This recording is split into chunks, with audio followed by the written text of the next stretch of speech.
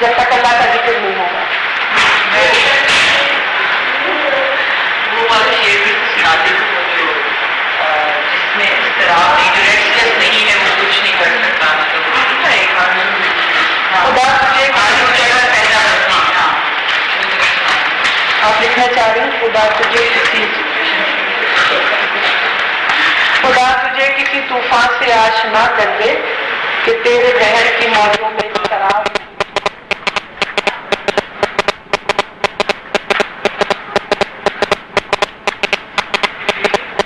خدا تجھے کسی طوفان سے آشنا کر دے کہ تیرے بہر کی موجوں میں اضطراب نہیں.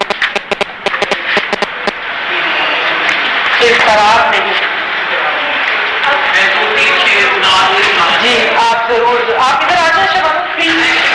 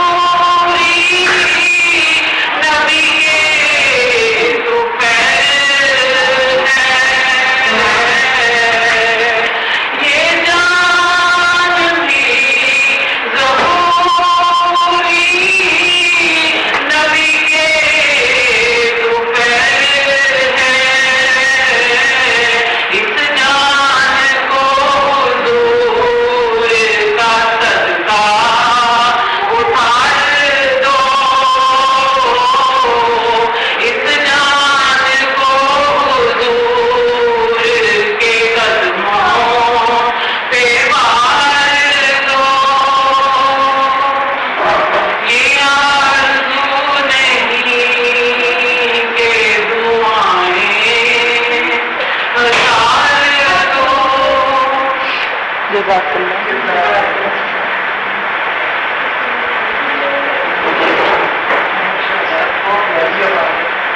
ماشاء اللہ.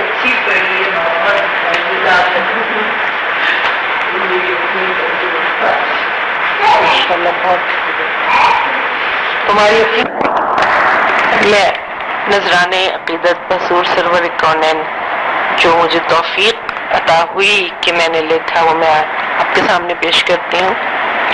میری آرزو کی دنیا میرے شوق کا ترانہ، میری آرزو کی دنیا میرے شوق کا ترانہ، میری زندگی کا حاصل میرا عشق والہانہ.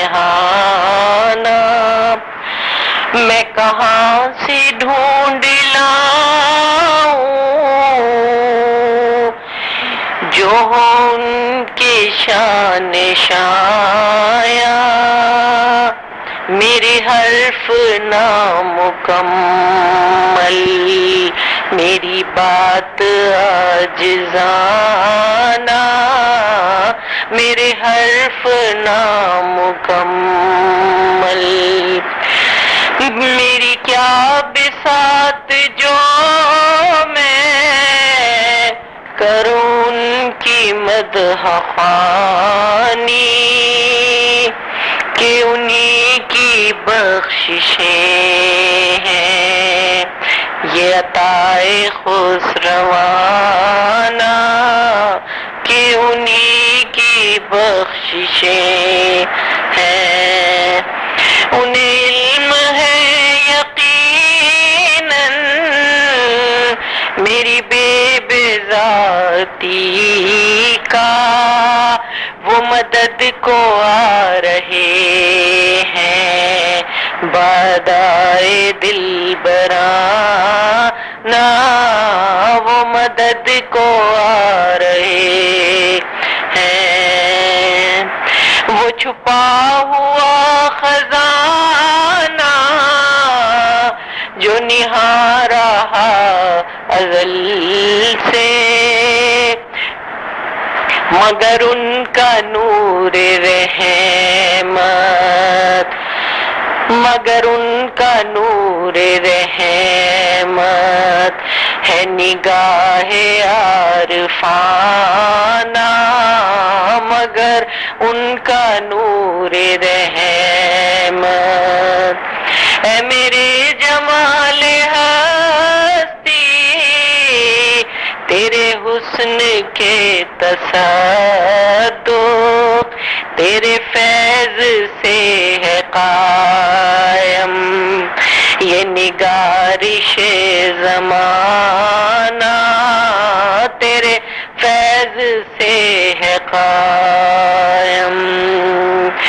میری خلوتوں میں آ کے میری زندگی بنا دی، تیری محفلوں میں پنہاں ہے میرے لیے خزانہ، تیری محفلوں میں پنہاں.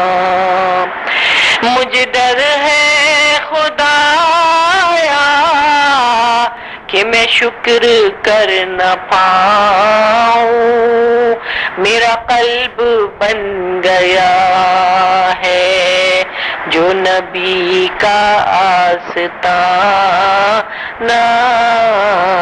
میری آرزو کی دنیا میرے شوق کا ترانہ، میری زندگی کا حاصل میرا عشق والہانہ.